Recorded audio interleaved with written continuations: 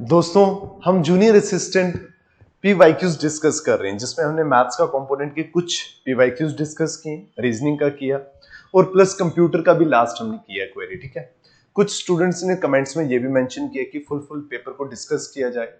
बेटा, मैं 3 component discuss करूंगा, मैथ्स का, रीजनिंग का और कंप्यूटर का, और बाकी जो टीम है वो बाकी कंपोनेंट को डिस्कस करेगी। ठीक है, तो आज हम एक और पीवाईक्यू डिस्कस करने वाले हैं 2023 का, जो रीजनिंग का कंपोनेंट हम डिस्कस करने वाले हैं। हम यहां पे देखेंगे कितने क्वेश्चंस रीजनिंग के कंपोनेंट से आए और टोटल जो क्वेश्चंस हैं किस किस चैप्टर से क्या वेटेज रहा है। ठीक है, और आपको पता है कि मैथ्स और रीजनिंग को दोनों को मिलाकर जो जूनियर असिस्टेंट का अभी तक का सिलेबस है उसका वेटेज 20 मार्क्स है। तो अब जब ओएमआर शीट्स की, ओएमआर पेपर की अगर हम बात करें तो ओएमआर पेपर में क्या है कि अभी जो 2023 और 2024 में हमने एनालिसिस वीडियो में देखा था कि वहां पे मैथ्स के क्वेश्चन और रीजनिंग के क्वेश्चन का इक्वल वेटेज नहीं था, कभी मैथ्स ज्यादा हो रहा था, कभी रीजनिंग का ज्यादा हो रहा था। तो आज हम एनालाइज करेंगे, यहाँ पे भी देखेंगे कितने क्वेश्चंस जो है वो रीजनिंग में आए। फिर सेम पेपर में मैंने ऑलरेडी डिस्कस किया हुआ है 2023 का मैथ्स का क्वेश्चन पेपर, अब वो भी जाकर प्लेलिस्ट में चेक कर सकते हैं, जूनियर असिस्टेंट 2025 की प्लेलिस्ट बनी हुई है। ठीक है, अगर इनकेस आप प्रीवियस वीडियोस भी देखना चाहते हैं तो। ठीक है, चलिए आज स्टार्ट करते हैं हम रीजनिंग का पीवाईक्यू डिस्कस करेंगे 2023 का भी। ठीक है, क्वेश्चन नंबर 1, सबसे पहले बात करते हैं कि ये क्वेश्चन जो है ये किस चैप्टर का है। देखिए बेटा, ये जो क्वेश्चन है ये है मैथमेटिकल रीजनिंग चैप्टर का। अब मैथमेटिकल रीजनिंग क्या रहता है, ये जो चैप्टर होता है इसमें, ये इस चैप्टर में अगर आपने किसी ने पढ़ा होगा तो उनको पता होगा कि इस चैप्टर में रेशियो एंड प्रोपोर्शन के भी क्वेश्चन रहते हैं। ठीक है, परसेंटेज के भी क्वेश्चन रहते हैं इस चैप्टर में, एवरेज के भी रहते हैं, एजेस के भी रहते हैं, कुछ वेन डायग्राम के भी रहते हैं और कुछ जनरल क्वेश्चंस होते हैं जो रीजनिंग के होते हैं, वो क्वेश्चंस भी रहते हैं। तो इस चैप्टर में जो मैथमेटिकल रीजनिंग जो चैप्टर है, इस चैप्टर में बहुत सारे चैप्टर्स मिक्स होकर एक इसके बीच में आता है। ठीक है, तो अब उसी में से ये क्वेश्चन इन्होंने डाला हुआ है। ठीक है, डायरेक्टली आपके सिलेबस में मेंशन नहीं है, बट ये कहे आप ये भी डिनाई नहीं कर सकते कि ये जो क्वेश्चन है ये रीजनिंग का नहीं है, तो रीजनिंग में ये क्वेश्चन आ सकता है। ठीक है, तो चलिए आज हम पढ़ते हैं, इस क्वेश्चन को सॉल्व करते हैं। ठीक है, a person has a few hens and cows, a number of their legs is 140 and the number of heads is 48. ठीक है, the number of hens will be, अब देखिए हमें पता है, अगर मैं hen की बात करूं तो मुझे पता है कि hen की जो होते हैं वो हेड क्या होते हैं, एक होता है, और काउ का भी हेड क्या होता है, एक ही होता है, दोनों का सिंगल हेड होता है।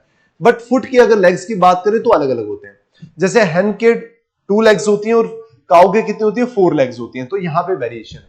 मैं अज्यूम कर लेता हूं कि नंबर ऑफ जो हेन्स है वो कितनी है, x है, और नंबर ऑफ जो काउज हैं वो कितनी है बेटा, वो है जी y। ठीक है, ये नंबर ऑफ हेन्स कितनी है, x, और नंबर ऑफ काउज कितनी है, y। तो याद रखिए हेड और नंबर ऑफ जो एनिमल होगा वो बिल्कुल इक्वल होगा। अगर मैं बोलूंगा एक हेन तो एक हेन का एक ही हेड होता है, अगर मैं बोलूंगा दो हेड का मतलब क्या हो गया, 2 हेड, 5 हेड तो मतलब 5 हेड, है ना, वो तो आपको अंडरस्टूड होगा। ठीक है, अब देखिए यहां पे बात इन्होंने करी कि नंबर ऑफ हेड्स की अगर मैं बात करूं तो दोनों को मिलाकर कितना, 48। इसका मतलब अगर मैं x प्लस y, मतलब number of hens plus number of cows, इन दोनों को ऐड करूं तो कितनी वैल्यू आएगी, 48 आएगी। डन, 48 आएगी, ये सिंपल है बिल्कुल।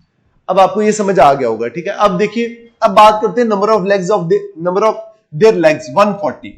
अब मुझे पता है हेन की होती है 2 लेग्स, अगर एक हेन की, अगर मैं x को मान लू 1, तो 1 को अगर मैं 2 से मल्टीप्लाई कर दूं तो क्या आ जाएगा, वो नंबर ऑफ लेग्स आ जाएंगी एक हेन की। समझ आ गया, तो 2x हो गया।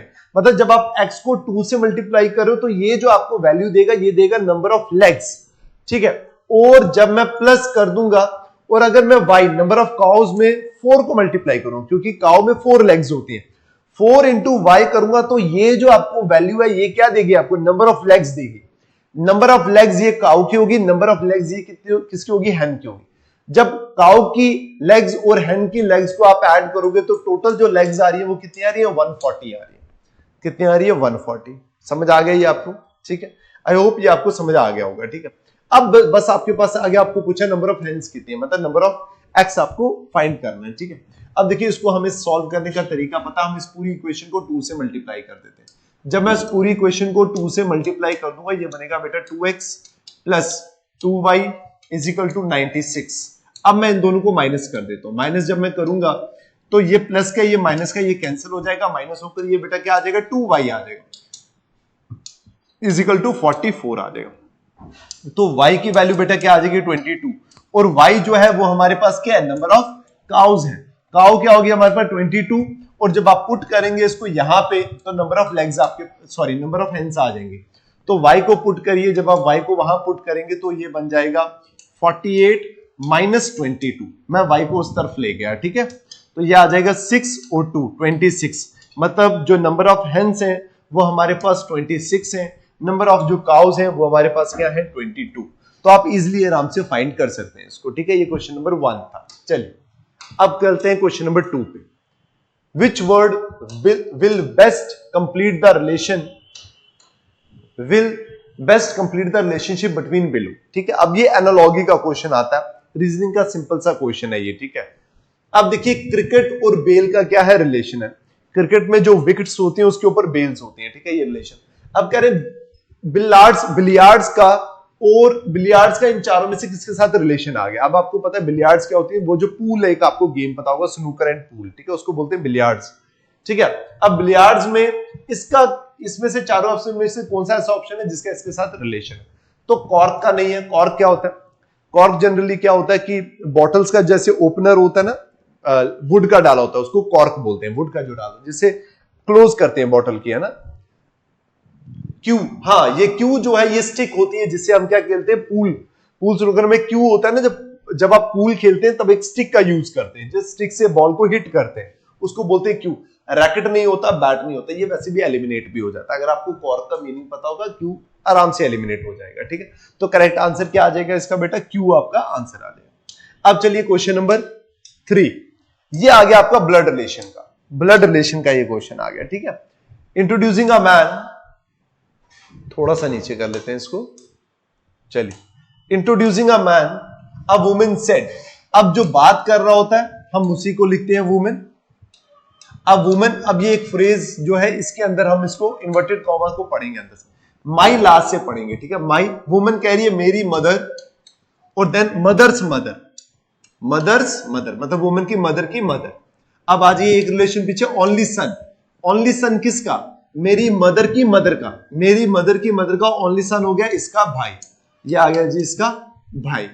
कह रहे he is the only son, ये ही किसके लगाया इस ओनली सन के लिए, और ये ही किसके लगाया इस मैन को जिसको वो पॉइंट कर रहे हैं, ठीक है। तो यही था ओनली सन, इसी को ओनली सन कहा है, इसी को ही कहा है, और इसी को क्या कहा है, मैन कहा है।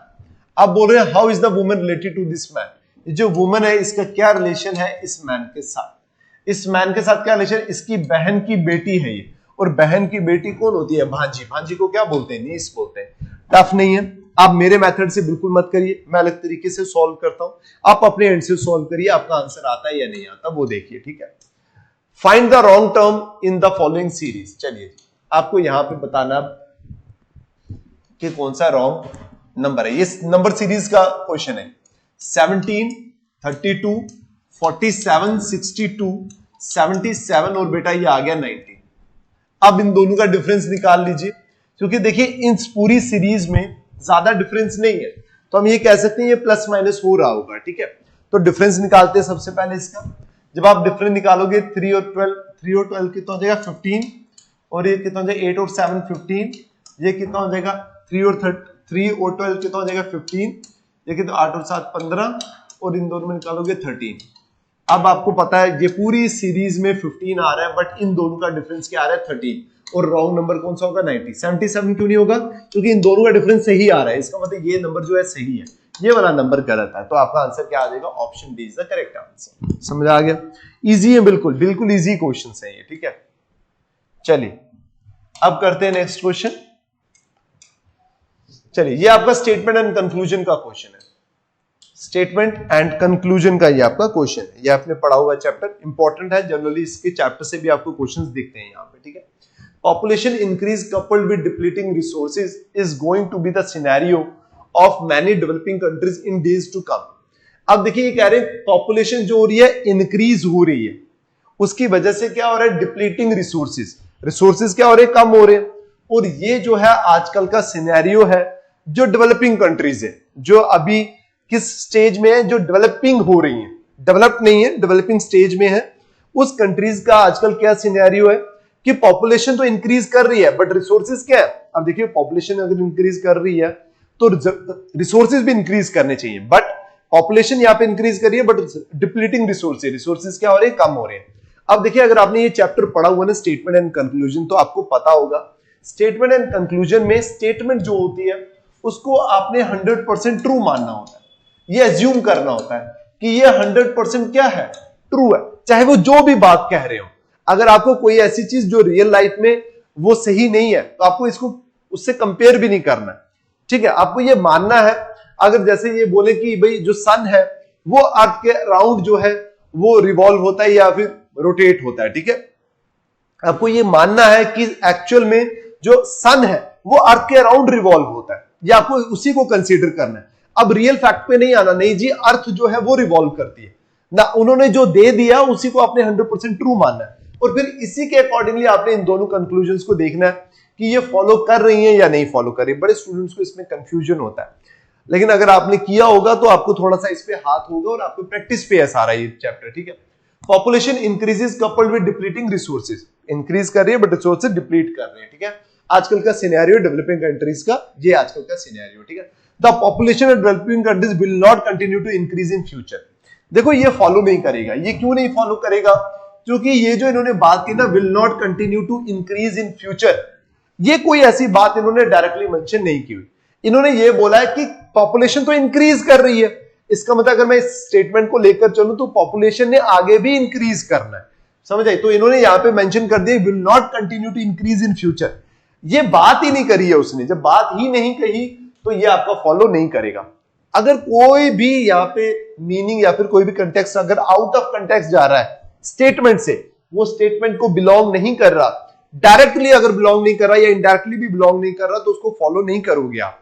और कई बारी आपको ये अंडरस्टैंडिंग दे रहे हैं, कई बारी कुछ सेंटेंसेस ऐसे होते हैं जो इनडायरेक्टली आपको उसको रिलेट कर रहे होते हैं, वो भी समझना होता है, ठीक है।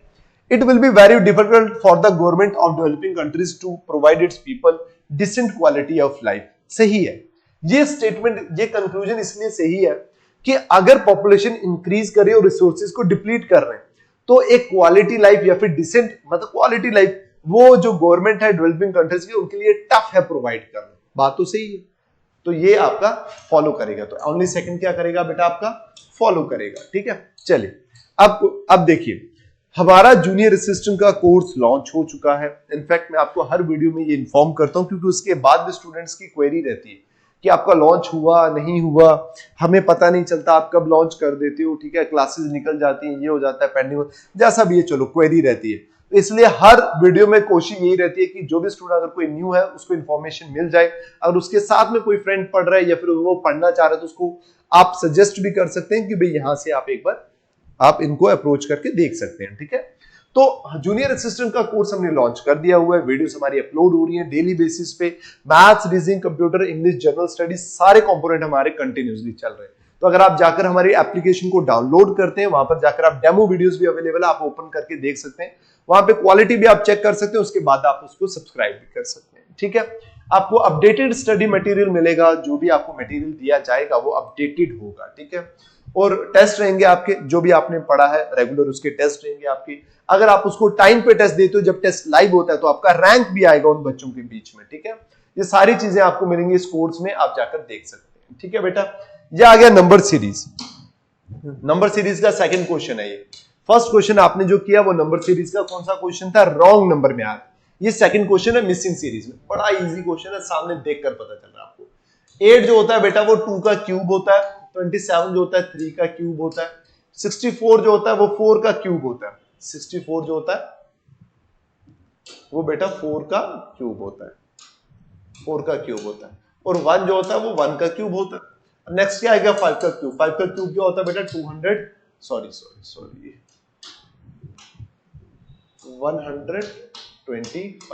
बेटा। आपको क्यूब्स भी याद होने चाहिए, इंपॉर्टेंट होता है, ठीक है। 6 का क्यूब क्या है, 7 का क्यूब क्या है, 8 का क्यूब क्या है, 216, 343, ये आपको चीजें याद होनी चाहिए। थोड़ा सा आपको हेल्प कर देती है कि आपका एग्जाम में क्वेश्चन जल्दी आ जाता है और जल्दी क्लिक भी कर जाता है कहीं भी देखने के साथ कि ये क्वेश्चन क्यूब पे है। अदरवाइज अगर आपको नहीं पता तो आपको पहले उस पर टाइम वेस्ट होगा, फिर बाद में जाकर पता चलेगा ये क्यूब है। तो लर्न की हुई चीजें डायरेक्ट स्ट्राइक कर जाती हैं, ठीक है बेटा। चलिए और बेटा ये मत सोचना कि सर ये देखिए ये इजी ही क्वेश्चंस हैं ये, ठीक है, इजी क्वेश्चंस है। मैं आपको पीवाईक्यूज करवा रहा हूं, अपने एंड से मैं करवाता तो आपको टफ करवाता, बट मैं पीवाईक्यू डिस्कस कर रहा हूं तो जैसे क्वेश्चंस है वैसे मैं आपको बता रहा हूं, तभी हमें पता चलेगा कि आपके एग्जाम का लेवल क्या है, क्या रहने वाला है, किस लेवल की आपने प्रिपरेशन करनी है। बट बेटा इस लेवल की नहीं करनी, इससे ज्यादा की ही करनी है कि अगर नेक्स्ट एग्जाम अगर आपको टफ आ गया तो एटलीस्ट आप प्रिपेयर हो उस चीज के लिए और अच्छे से अटेम्प्ट कर पाए, कुछ गलती ना करें, ठीक है। अब देखिए ये डायरेक्शन का क्वेश्चन आ गया। If a person starts facing north, turns 45 degree clockwise, then 90 degree clockwise, counter clockwise मतलब अपोजिट हो गया, and finally 135 degree clockwise, in which direction is the person facing now. देखो एंटी क्लॉकवाइज नहीं लिखा उन्होंने, काउंटर क्लॉकवाइज लिखा है, मतलब एंटी क्लॉकवाइज हो गया, ठीक है।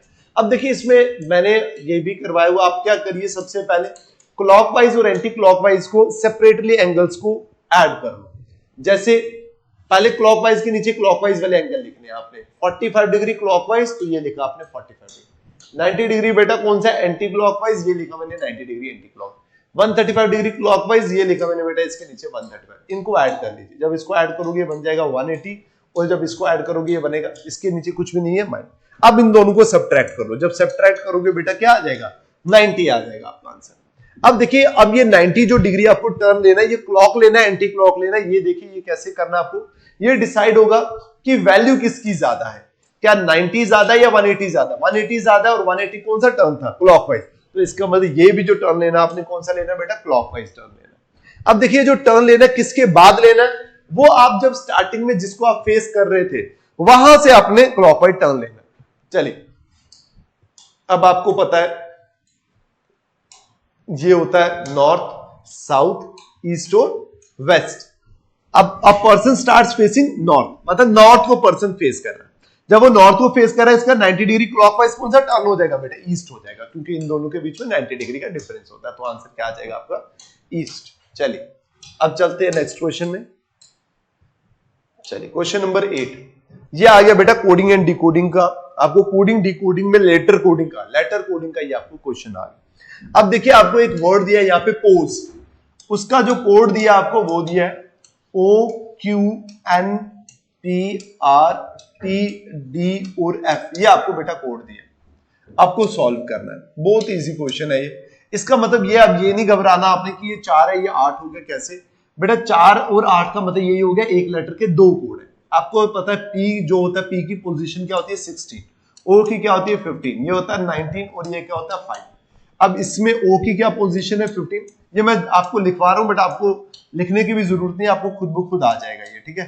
14, 16, 18, 20, 4 और 6। अब देखो बेटा ये 16 है और ये पहले 17 हो, 15 और ये क्या है पहले, उसके बाद 17 है, इसका मतलब इसका ये दो, इसमें 16 में -1 करोगे 15 आएगा, +1 करोगे 17 आ जाएगा। ये O का कोड क्या है N और P, 15 में -1 करोगे 14 आएगा, 15 में +1 करोगे तो 16 आएगा। ये आ गया बेटा इसका, N में -1 करोगे तो 18 आएगा, +1 करोगे तो 20 आएगा। ये आ गया इन दोनों का, इसमें -1 करोगे 4 आएगा, +1 करोगे 6 आएगा। इसका मतलब ये हुआ कि -1 करना और +1 करना आपको, ठीक है। आप किसका फाइंड करना है, टाइप का फाइंड करना है, टाइप का आपको फाइंड करना है। तो बताइए ये 20 होता, -1 करेंगे 19 में कौन होता है S, और +1 करोगे U में कौन, सॉरी 21 में कौन होता है U, SU है। अच्छा सारे आपको नेक्स्ट भी करना पड़ेगा। अच्छा ये XZ याद, पहले 4 तो सेम है ना, हम इसके बाद ये यहां से करते हैं P से एलिमिनेट करने के लिए। अगर टाइम अगर आपके पास कम है तो आप ऐसे भी स्मार्ट कर सकते हो कि पहले 4 लेटर जो है वो सभी के सेम है, तो हम एक काम करते हैं यहां से स्टार्ट करते हैं, मतलब थर्ड लेटर से स्टार्ट करते हैं। तो P 16 है, 16 के पीछे क्या हो जाएगा O, नेक्स्ट क्या हो जाएगा Q, O और Q ये डबल O है, Q है Q, ठीक है। पहला ही ऑप्शन आपका सही आ जाएगा, पहला ही ऑप्शन आपका क्या आ जाएगा, सही आ जाएगा। समझ आ गया आपको। ये शायद E के बाद +1 होता है ना, E के बाद +1, ये F हो जाएगा, और D और F होना चाहिए, D और ये शायद ये शायद मुझे लग रहा है मिस्टेक होगी ये ना, लिखने में मिस्टेक हो गया होगा ये। अदरवाइज आपका इसका क्या आ जाएगा, S आ जाएगा बेटा, U आ जाएगा, Y25 है ये X और Z आ जाएगा बेटा, P O और Q आ जाएगा और D -1 करोगे D और +1 करोगे F। ये आएगा बेटा आपका आंसर, ठीक है। इसमें शायद कुछ टाइपिंग का हो गया होगा, करेक्ट आंसर आपका ये O ये Q होगा, ठीक है। चलिए समझ आ गया होगा आपको, बिल्कुल इजी क्वेश्चन है ये, ठीक है। अब चलिए नेक्स्ट क्वेश्चन करते हैं, ठीक है। अब देखिए ये सेम स्टेटमेंट एंड कंक्लूजन का क्वेश्चन है ये आपको, स्टेटमेंट एंड कंक्लूजन, जो अभी आप एक क्वेश्चन आपने पीछे किया था सेम क्वेश्चन वैसा है ये, ठीक है। चलिए करते हैं। कह रहे in the question below is given a statement followed by two conclusion, number 1 and number 2 you have to assume everything in the statement to be true. You have everything in the statement to be true. आपको ये assume करना है कि जो भी statement में वो true, जो मैंने वहां पे आपको बताया। Then consider the two conclusions together and decide which of them logically follows beyond a reasonable doubt from the information given. आपने ये नहीं कहना है उसको, ये ऐसा रीजनेबल डाउट नहीं होना चाहिए कि भाई नहीं यार ये ऐसा नहीं होता, ऐसा होता है। रियल लाइफ के साथ आपने उसको रिलेट नहीं करना, जो स्टेटमेंट में दिया उसके अकॉर्डिंगली आपने इन दोनों को सॉल्व करना है। चलिए, in a one day cricket match the total runs made by a team were 200, out of these 160 runs were made by spinner. One day match में 200 रन जो है वो टीम ने बनाया, उस 200 में से 160 रन जो है वो स्पिनर्स ने बनाया। समझ आया? ये है आपके स्टेटमेंट। अब चलिए conclusion, 80% of the team consist off spinners. अब देखिए ये जो यहां से आपने 80% बोल दिया ना, ये गलत हो गया, क्योंकि देखिए स्पिनर्स ने बनाया 160 रन, इसका मतलब ये थोड़ी है कि 80% जो है वो किसने बनाया, वो स्पिनर्स होंगे। स्पिनर हो सकते हैं 2 हो 3 हो टीम में, 11 में से 3 भी अगर स्पिनर हुए, वो 3 मिलकर भी तो 160 रन बना सकते हैं। तो जरूरी थोड़ी है कि 80% जो है वो स्पिनर्स हैं, तो ये फॉलो नहीं करेगा। समझ आया? The opening batsman were spinners, ये कहां पे मेंशन है कि ओपनिंग बैट्समैन स्पिनर्स होंगे, ठीक है, स्पिनर्स थे, है ना, ये ऐसा कुछ भी नहीं मेंशन, तो ये भी फॉलो नहीं करेगा। तो इसका आंसर क्या आएगा? Neither one nor two. समझ आई ये चीज आपको?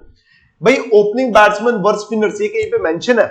स्पिनर ने 160 रन बनाए, बस इतनी बात है। ना ही ये मेंशन है कि टीम में कितने स्पिनर हैं, और ना ही ये मेंशन है कि भाई ओपनिंग बैट्समैन वर स्पिनर्स, जो ओपनिंग बैट्समैन थे वो स्पिनर्स थे। ऐसा कुछ भी नहीं है, कुछ भी मेंशन, जब मेंशन ही नहीं है तो ये फॉलो नहीं करेंगे। आपका आंसर आ जाएगा neither one nor two follows. ठीक है बेटा, चलिए अब चलते हैं नेक्स्ट।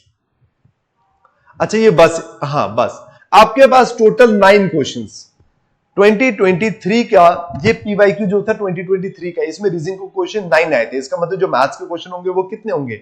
वो 11 होंगे, ठीक है। और वो मैं करवा भी चुका हूं आपको ऑलरेडी, आप देख सकते हैं जाकर, ठीक है। तो बेटा यहां पे कंप्लीट होता है। अब देखिए ये भी एक इंपॉर्टेंट आपको इंफॉर्मेशन है कि हमारा जेकेएसएसबी का फाउंडेशन बैच हम स्टार्ट कर रहे हैं।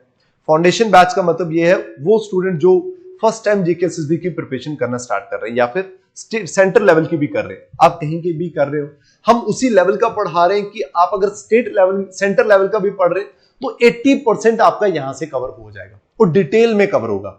अगर आपको किसी को भी डाउट ऐसा लग रहा है कुछ भी है, तो उसके लिए हमारे जो है क्लासेस जो है, डेमो क्लासेस ओपन है, आप आ सकते हैं, बैठकर देख सकते हैं, फैकल्टी से बात कर सकते हैं, जो स्टूडेंट्स हैं वहां पर जो ऑलरेडी वहां पे पढ़ रहे हैं, आप उनसे भी बात करके कंफर्म कर सकते हैं कि कैसा पढ़ाया जा रहा है, क्योंकि वो स्टूडेंट्स कुछ ऐसे होंगे जो पहले से पढ़ रहे होंगे, तो आपको वहां से भी फीडबैक मिल जाएगा।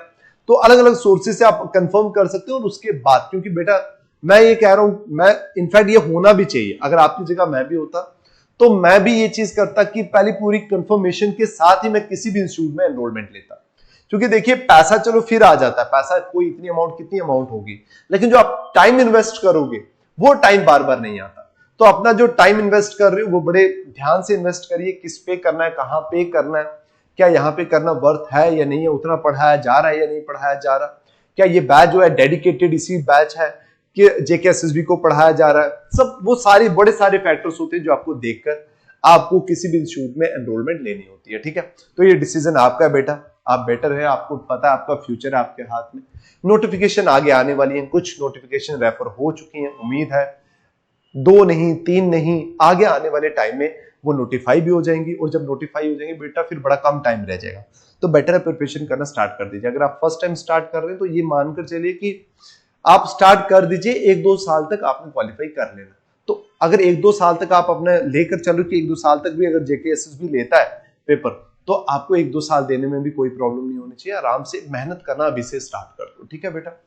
हमारे डेमो क्लासेस भी अवेलेबल है, पीजीज भी अवेलेबल है, आप अगर बॉयज कहीं कोई लड़के या गर्ल या फिर बॉय कोई भी बाहर से अगर वो आना चाहता है यहाँ पर आकर, पीजीज का कॉन्टैक्ट नंबर दे दिया जाएगा, अपने कन्वीनियंट के अकॉर्डिंगली आप ज्वाइन भी कर सकते हैं पीजीज को, ठीक है। लाइब्रेरी फैसिलिटीज अवेलेबल है। 27 अक्टूबर को हमारा बैच स्टार्ट हो रहा है। टाइमिंग्स आपको वहां पे शो हो जाएंगे, जब लॉन्च होगा ये आपको पता चल जाएगा, तो आप प्रिपरेशन कर सकते हैं। 27 को आकर आप डेमोज अटेंड कर सकते हैं, ठीक है बेटा। और काउंसलिंग के लिए कुछ भी आपको हेल्प चाहिए हो, हम अवेलेबल हैं, ठीक है बेटा। तो आई होप आपको ये जो सीरीज चल रही है पीवाईक्यूज की, ये इंपॉर्टेंट या फिर यूजफुल हो रही होगी आपके लिए, ठीक है। तो कुछ भी बाकी रिक्वायरमेंट हो कमेंट करके आप मेंशन कर सकते हैं, ठीक है। तो मिलते हैं नेक्स्ट वीडियो में। Till then take care, bye bye, thank you so much.